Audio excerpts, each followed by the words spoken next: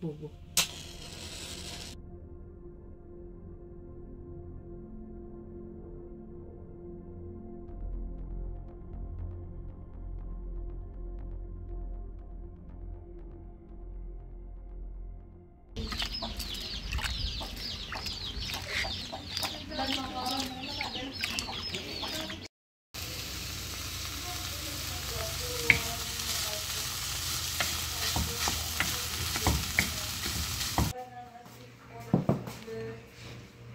Mga anak, kain na.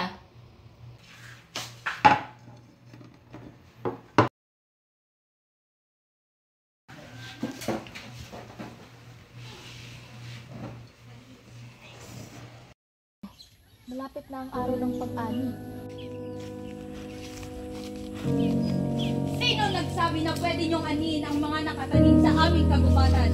Padre, magandang araw po. Kung makaasta kayo, parang kayo ang nagmamay-ari ng kagubatang ito. Lahat ng ito ay pagmamay-ari ng pare. Kung gusto niyo magtrabaho dito, magbayad kayo ng 20 o 30 piso kada taon. Masusunod po, Padre.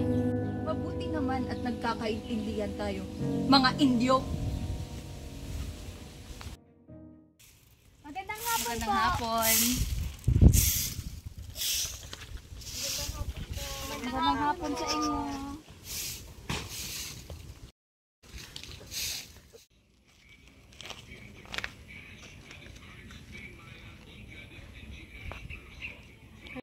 Makikita naman na umunlad ang ating barangay nang namuno si Tales.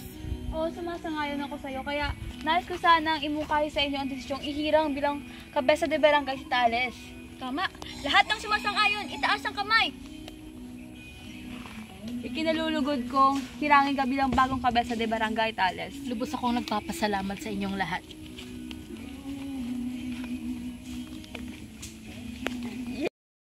Padre, ito na po yung bayad namin sa buwis.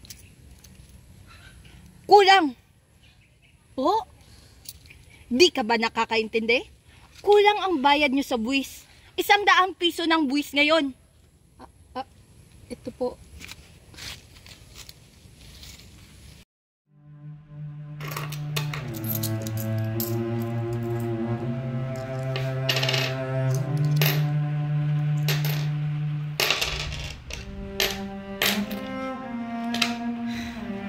Anak, kanina ka pa ba dyan? Umupo ka muna dito. Alam kong gusto mong mag-aral sa Maynila. Ngunit kulang ang ating pera upang ikaw ay lumuwas. Pagpasensyahan mo na ang itay dahil hindi ko matutustusan ang inyong pangangailangan. Sobrang taas kasi ng buwis na pinapabayaran ng mga padre sa atin at halos wala na rin tayong kita. Huwag kang mag-aalala, Itay. Naiintindihan ko.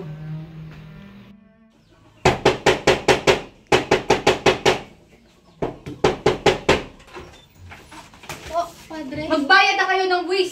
Po, kamakailan lang po kami nagbayad ng buwis ah. Kulang ang binayad nyo. Ano po? Tama naman pong 100 yung binayad namin. 200 ang buwis ngayon.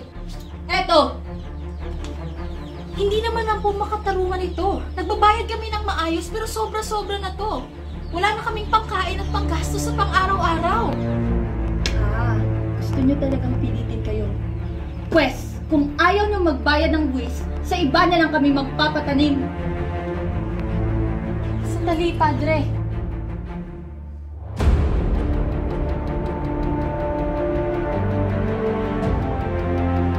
Nagbabayad kami.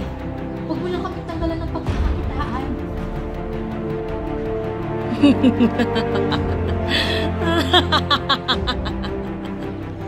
Takot naman pala kayong mawala ng hanap buhay. Mabuti naman at nagkakaintindihan tayo.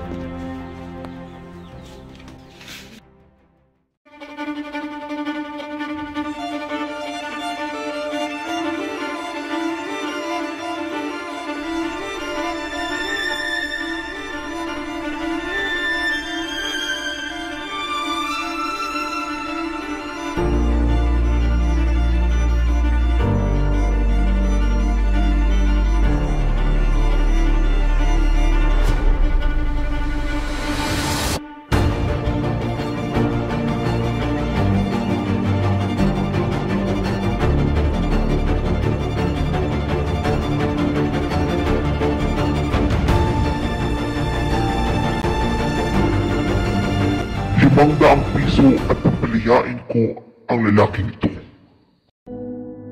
Nang malaman ni Huli ang tungkol sa kanyang itay, ay agad nang umuwi at kinuha ang kanyang mga alahas upang isangla para matubos ang kanyang itay mula sa mga dumukot sa kanya.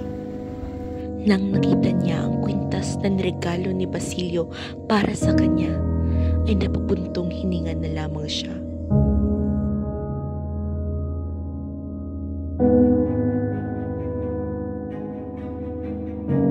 Mga alaalang singtamis ng kanilang pag-iibigan.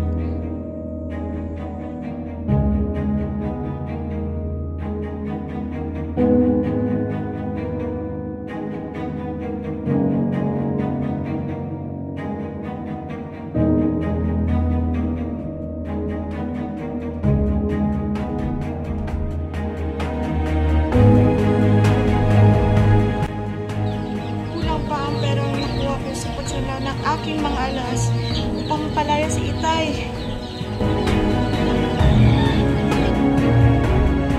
Dahil kulang ang kanyang pera para sa kanyang itay, nahimasukan bilang katulong si Huli.